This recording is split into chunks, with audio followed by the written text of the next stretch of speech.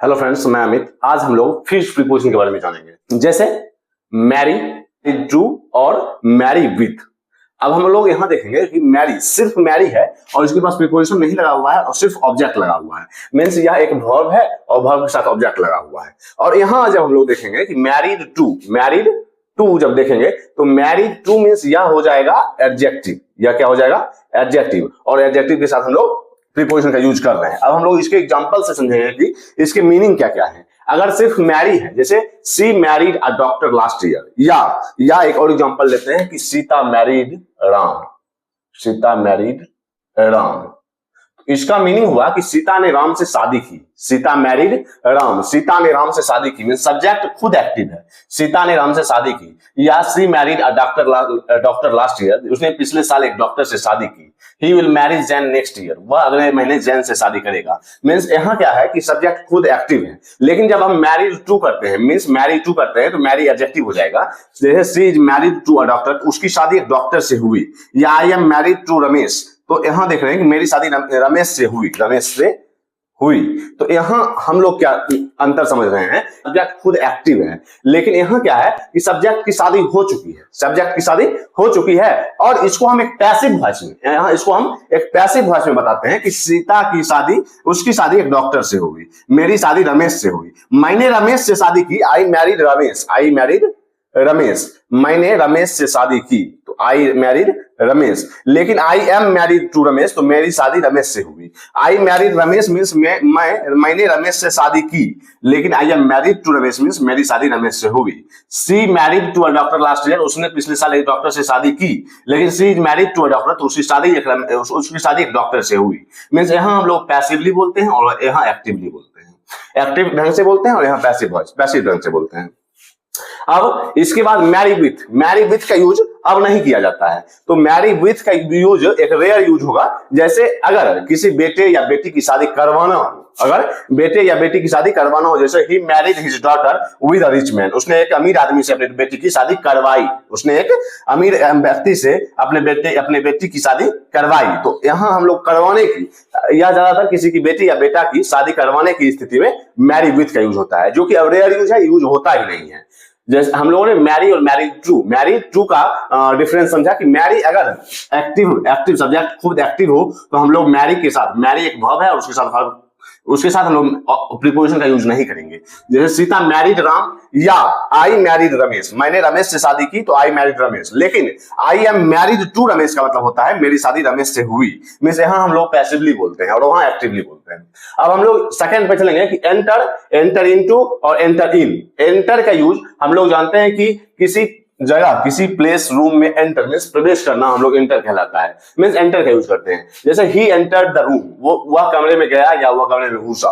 फिर सी entered the hall quietly, वह चुपचाप हॉल में दाखिल हुई।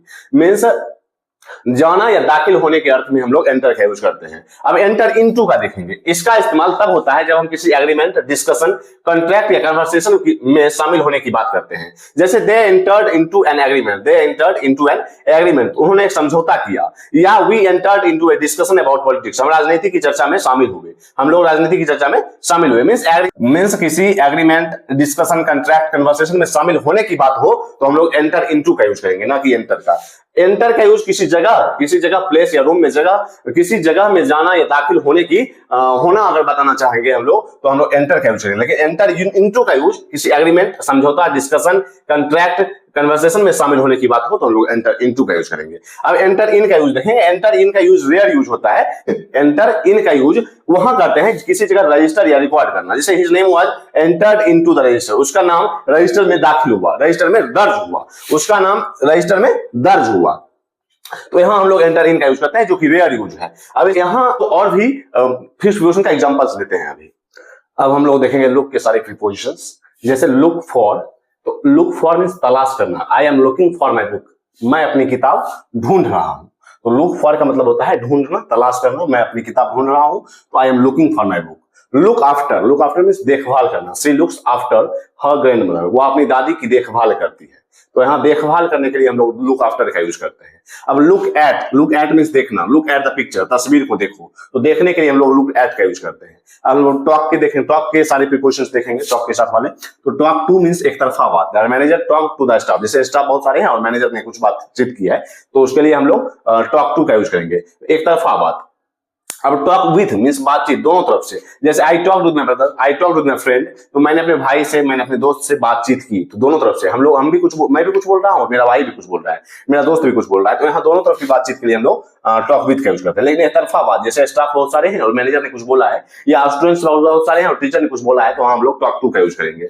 अब टॉक अबाउट मीन्स होता है किसी विषय पर चर्चा करना, किसी विषय पर चर्चा करना, जैसे वी टॉक्ड अबाउट पॉलिटिक्स, हमने राजनीति पर चर्चा की, तो किसी विषय पर चर्चा करने के लिए हम लोग टॉक अबाउट का यूज करते हैं। We talked about politics। अब इसके आगे हम लोग साउट एट और साउट टू का यूज देखेंगे। तो साउट एट मीन्स गुस्से में चिल्लाना, the teacher shouted at the boy, शिक्षक ने लड़के पर गुस्से में चिल्लाया, मीन्स गुस्से में चिल्लाने के लिए हम लोग साउट एट का यूज करते हैं। लेकिन साउट टू मीन्स होता है ध्यान खींचने के लिए आवाज लगाना, जैसे कोई व्यक्ति जा रहा है और उसको आवाज देना चाहते हैं, उसको बुलाना चाहते हैं, तो हम लोग चिल्लाते हैं उसका ध्यान खींचने के लिए, मीन्स ध्यान खींचने के लिए आवाज लगाना। He shouted to me from balcony, उसने बालकनी से मुझे आवाज लगाई। यहाँ आवाज लगाना मीन्स उसको अगर किसी से काम है उसको बुलाने के लिए, उससे कुछ बातचीत करने के लिए उससे आवाज लगाना मीन्स उसको बुलाना, उसको। तो यहाँ आवाज लगाने के अर्थ में हम लोग साउट टू का यूज करते हैं, ध्यान खींचने के लिए आवाज लगाना। He shouted to me from the balcony, उसने बालकनी से मुझे आवाज लगाई। उसके बाद डील इन मीन्स व्यापार करना, और डील विथ मीन्स निपटना या संभालना। डील इन मीन्स होता है व्यापार करना, तो ही डील्स इन गोल्ड, वह सोने का व्यापार करता है।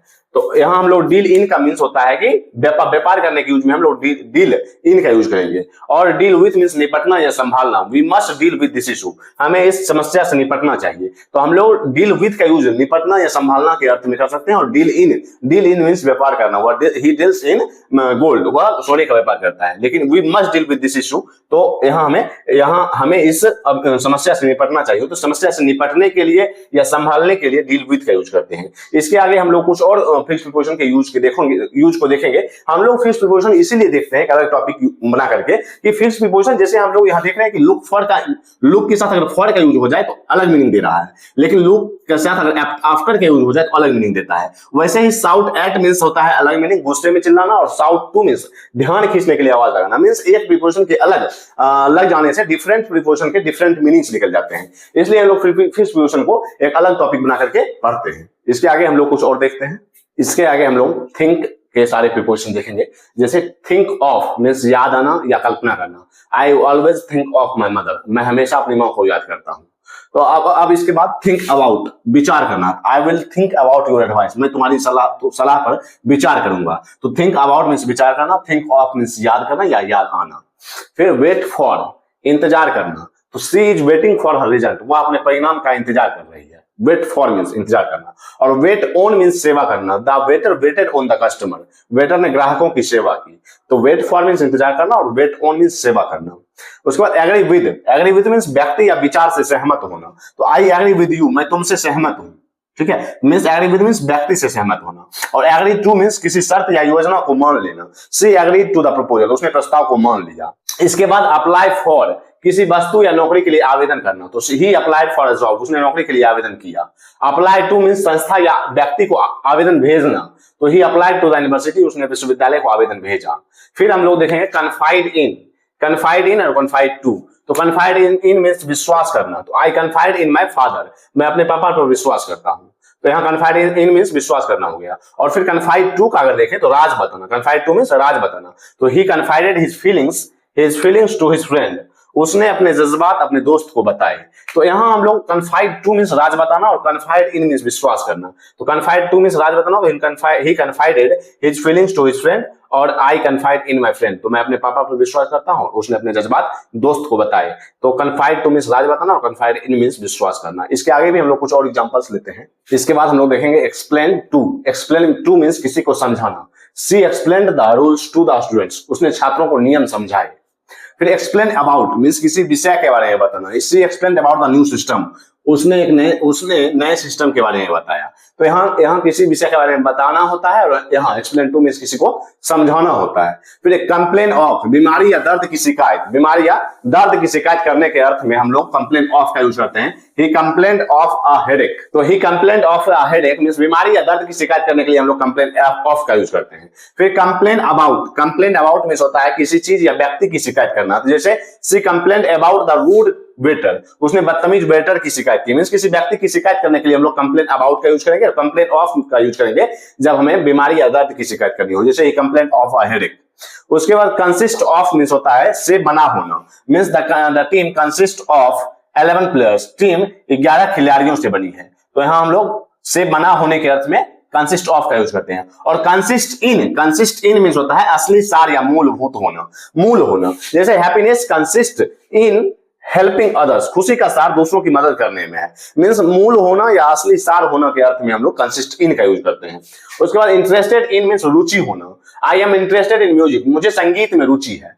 फिर इंटरेस्टेड टू का यूज देखेंगे, कुछ करने में दिलचस्पी, I am interested to hear your story, मैं तुम्हारी कहानी सुनने में दिलचस्पी रखता हूं, मींस इंटरेस्टेड टू मींस दिलचस्पी रखना और इंटरेस्टेड इन मींस रुचि होना। फिर डाई ऑफ मींस बीमारी या अंदरूनी कारण से मरना, अगर किसी बीमारी से मर रहा हो तो हम लोग डाई ऑफ का यूज करेंगे। ही डाइड ऑफ कैंसर, वह कैंसर से मर गया। लेकिन चोट या बीमारी बाहरी कारण, चोट या बाहरी कारण से मरने के लिए हम लोग डाई फ्रॉम का यूज करेंगे, डाई फ्रॉम का यूज करेंगे। तो he died from an accident, वह दुर्घटना से मर गया। तो चोट या बाहरी कारणों के कारण अगर मरता है तो हम लोग डाई फ्रॉम का यूज करेंगे, लेकिन बीमारी या अंदरूनी कारणों से मरता है तो डाई ऑफ का यूज करेंगे, ही डाइड ऑफ कैंसर और he died from an accident.